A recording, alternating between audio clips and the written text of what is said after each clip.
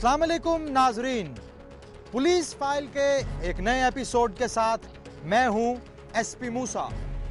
आइए नजर डालते हैं आज के प्रोग्राम पर। आज की पुलिस फाइल में शामिल है जल गया या जला दिया गया, रीमा को दिल देने वाले की जान कैसे गई, हैदराबाद के एक परवाने की कहानी।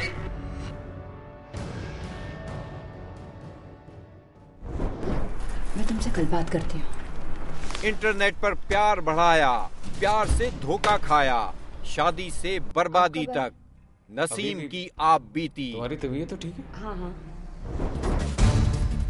लोगों ने मुजरिम फंसाया, पुलिस ने भगाया, फूलनगर के गांव परनावा का कबाड़िया कहां गया? और लुटेरों की लूट से बचने के लिए देखिए मुश्तरी होशियारबाज।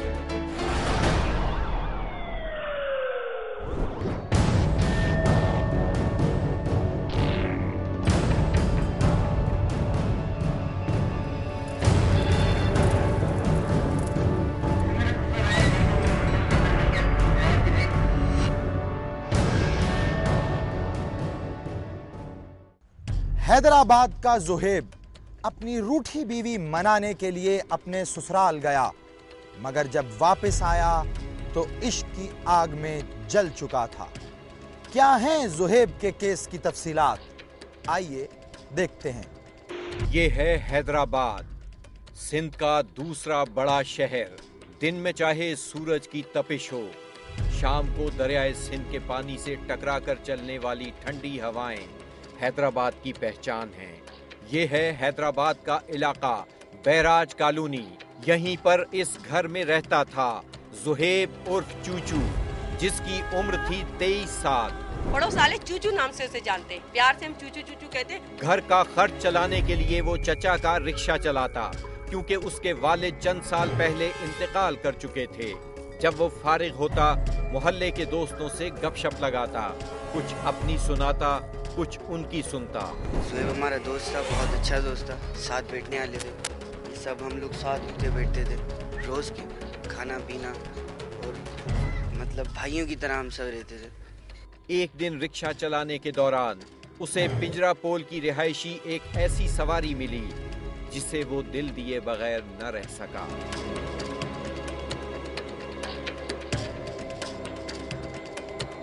दिन गुजरने के साथ साथ दोनों की मोहब्बत शिद्दत इख्तियार करती गई और वो वक्त आ गया जब दोनों ने शादी का फैसला कर लिया।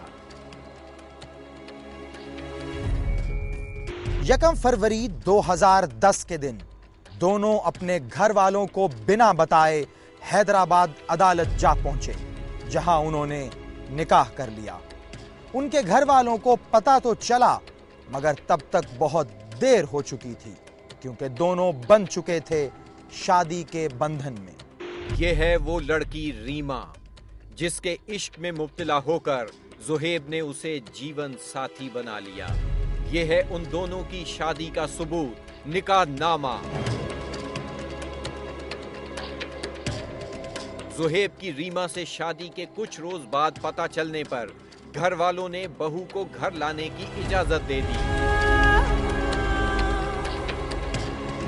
और उस पर अपने माँ बाप के घर जाने की कोई पाबंदी नहीं लगाई गई।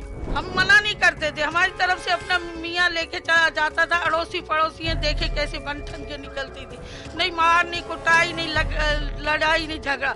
शादी के कुछ माह बाद रीमा के घर वाले उसे वापस अपने घर ले गए। जब ज़ुहैब अपनी बीवी को लेने ससुराल पहुंचा तो उन्होंने इल्जाम लगाया कि वो अपनी बीवी पर तशद्दुद करता है।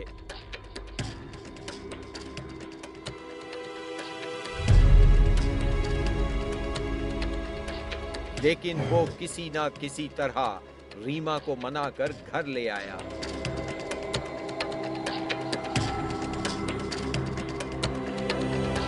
इनकी पसंद से शादी हुई है, उसके बावजूद मारना कूटना था। इनके घर में इनकी औरतों का ये कहना था कि जब तक हमारे मर्द नहीं मारते, औरतों की शान है ना मर्दों की शान है। जबकि ज़ुहैब के दोस्तों का कहना है कोई मतलब कोई किसी का लेने में ना किसी के देने में था, बस अपने काम से काम रखने वाला बंदा था। उसमें कोई गलत नहीं था, बिल्कुल अच्छा लड़का था, अपनी बीवी को बहुत समझता था। मेरे पास आता था रात को खाने के लिए, अपनी बीवी के लिए कभी लेके आ रहा है, कुछ लेके आ रहा है। अक्टूबर 2010 में ज़ुहैब की खाला की शादी की तैयारियां जारी थीं। इसी दौरान रीमा के वालिदैन उसे लेने आ गए और वो उनके साथ चली गई।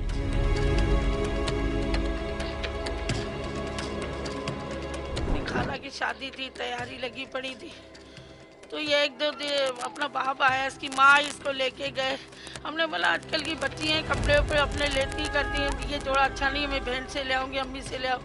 चल वो चली गई। ज़ुहैब की खाला की शादी का दिन आ गया। ज़ुहैब की बीवी रीमा अपने शौहर के घर आने के लिए तैयार नहीं थी। उसके घर वाले कराची जाने की तैयारी कर रहे थे, मगर ज़ुहैब अपनी बीवी को साथ ले जाने पर बज़िद था। सब घर वालों के मना करने के बावजूद ज़ुहैब अपनी बीवी रीमा को लेने ससुराल चला गया। मम्मी को बोला मैं 5 मिनट में आ रहा हूँ अपनी बीवी को लेके। मेरी बहू ने बोला नहीं बेटा मैंने कपड़े ले लिए, तो आप नाम के चलो। वो ना नहीं आएंगी, जिद कर रही है, छोड़ दो। बोले नहीं अम्मा मैं जाके लेके आ रहा हूँ, बस 5 मिनट में अपन निकल जाएंगे कराची, फिर खाला की शादी। चाचा जा रहा था गाड़ी लेके, तो उसे कह रहा था मैं चाचा मुझे आगे तक छोड़ देना, तो मैं इसे लेके आ जाऊंगा, तुम भले धंधे पे चले जाना। ये है ज़ुहैब के ससुरालियों का घर। इसी घर में वो आया था अपनी बीवी रीमा को लेने, लेकिन सास ने ज़ुहैब के साथ अपनी बेटी को भेजने से कर दिया इनकार। जब वो आया तो हमने कहा 4 आदमी लेके आओ, 4 आदमी लेके आओ, और आप लोग जिस तरीके से लेके जाते हो इस तरीके।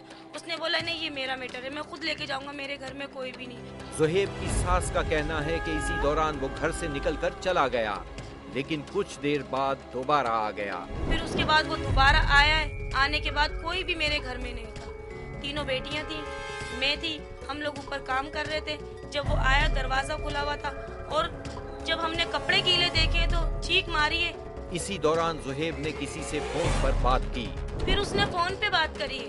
अब अल्लाह जाने वो किससे बात की है, अपनी बुक्कों से की है, खुदा जाने ये किससे की है, ये अल्लाह को पता। उसके बावजूद उसने आग लगाई, फिर हमने बुझाई। लेकिन उस वक्त तक ज़ुहैब उर्फ चूचू के जिस्म को लगी आग अपना काम दिखा चुकी थी। वो पूरी तरह जल चुका था। हम लोग सिविल लेके गए, सिविल लेके हमने ट्रीटमेंट करवाया। ज़ुहैब के घर वाले उसके साथ होने वाले हादसे से बेखबर उसका इंतजार करते रहे। वो नहीं जानते थे कि ज़ुहैब रीमा के इश्क की आग में जलकर अस्पताल पहुंच चुका है और उसका 80% जिस्म जल चुका था। घर वाले ज़ुहैब के इंतजार में थे, लेकिन वो ना आया। तो हम सब जने इधर बैठे थे, अड़ोस पड़ोस वाले आए थे, हम तैयारी में ही थे पूरे घर वाले। लेकिन थोड़ी देर बाद खबर आई, कोई आया, कोई ऐसा बंदा आया तो बोला था ज़ुहैब आपका लड़का है। बाजू वाले ने बोला हाँ ये ज़ुहैब। तो बोला मौत जिंदगी की पड़ा बा मुंह में। इस तरह बड़ी भाभी हम भागे गए, पहले सबसे पहले हमारे पड़ोसी गए। ये है ज़ुहैब की तस्वीर जब वो अस्पताल में दाखिल था। लड़के से बयान लिया गया, सब कुछ लिया गया, तो उसने खुद ने बताया कि मेरे ससुर, साला और मेरी बीवी ने बुलवा के मुझे ये काम किया। तो खुदा जाने उस पे पेट्रोल डाला या मट्टी या तेल डाला। वो सीढ़ी भी बनी हुई है, आप लोग देख सकते हो, वो भी बड़ी हुई है।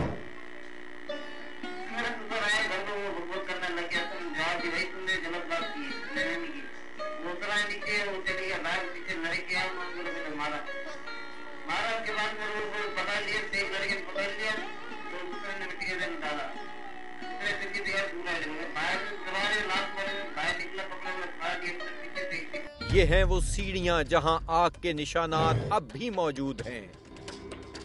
हैदराबाद के सिविल अस्पताल में एक दिन रखने के बाद ज़ुहैब को 19 अक्टूबर 2010 के दिन बर्न सेंटर कराची ले जाया गया, जहां चंद दिन मौत और जिंदगी की कश्मकश में रहने के बाद वो खालिक हकीकी से जा मिला। ये है ज़ुहैब की बर्न रिपोर्ट।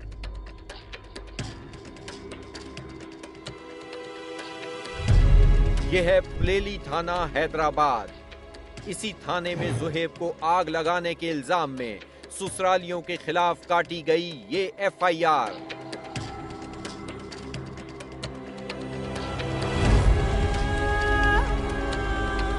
फरियादी मेरे पास कहता है कि गुलाम हुसैन कि मैं अपने भतीजे के साथ आया हूँ, रिक्शा बाहर खड़ा किया और मैं गली में दोनों गए, वहाँ ये गया अंदर, जोहेब अपने ससुर और सास के साथ बदकलामी हुई और इन्होंने मेरे सामने जो है ना अखलाक ने और शाहिद इसका साला इन्होंने इसको आग लगाई। लेकिन मैंने जो स्टेटमेंट वहाँ के लिए हैं, वहाँ के लोग कहते हैं कि भाई ये खुद आया था और अपने आप को इसने खुद आग लगाई। अभी तक पुलिस ने फरीकैन के बयानात या इल्जामात का ही सहारा लिया है। इस गुत्थी को सुलझाने में उसकी महारत कहीं नजर नहीं आती। इस केस का चालान हैदराबाद अदालत में पेश कर दिया गया है।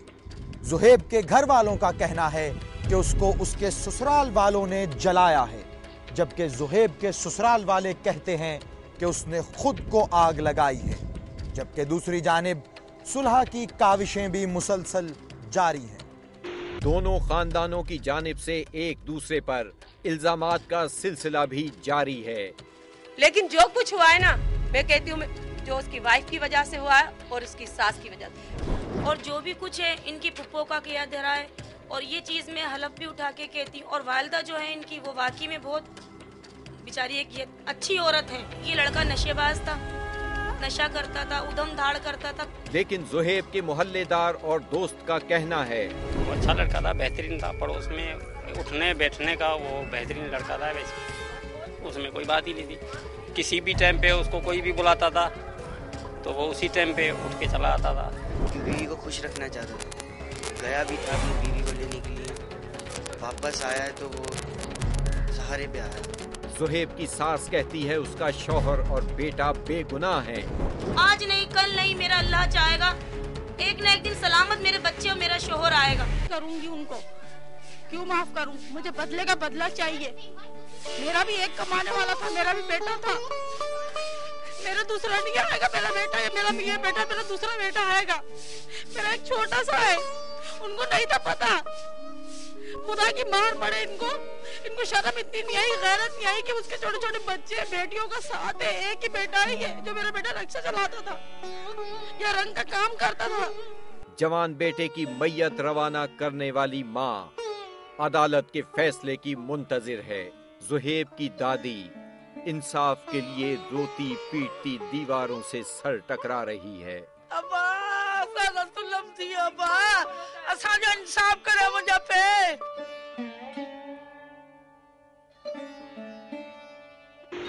अदालती फैसला जो भी हो, मगर यह सवाल अपनी जगह बरकरार है कि जोहेब ने खुदकुशी की या उसे कत्ल कर दिया गया। क्या तफ्तीश यह साबित कर सकेगी कि उसकी मौत का जिम्मेदार कौन है? जोहेब की फूफी, उसकी सास या फिर उसकी बीवी? मैं तुमसे कल बात करती हूँ। ब्रेक के बाद देखिए, इंटरनेट पर प्यार बढ़ाया, प्यार से धोखा खाया, शादी से बर्बादी तक, नसीम की आप बीती।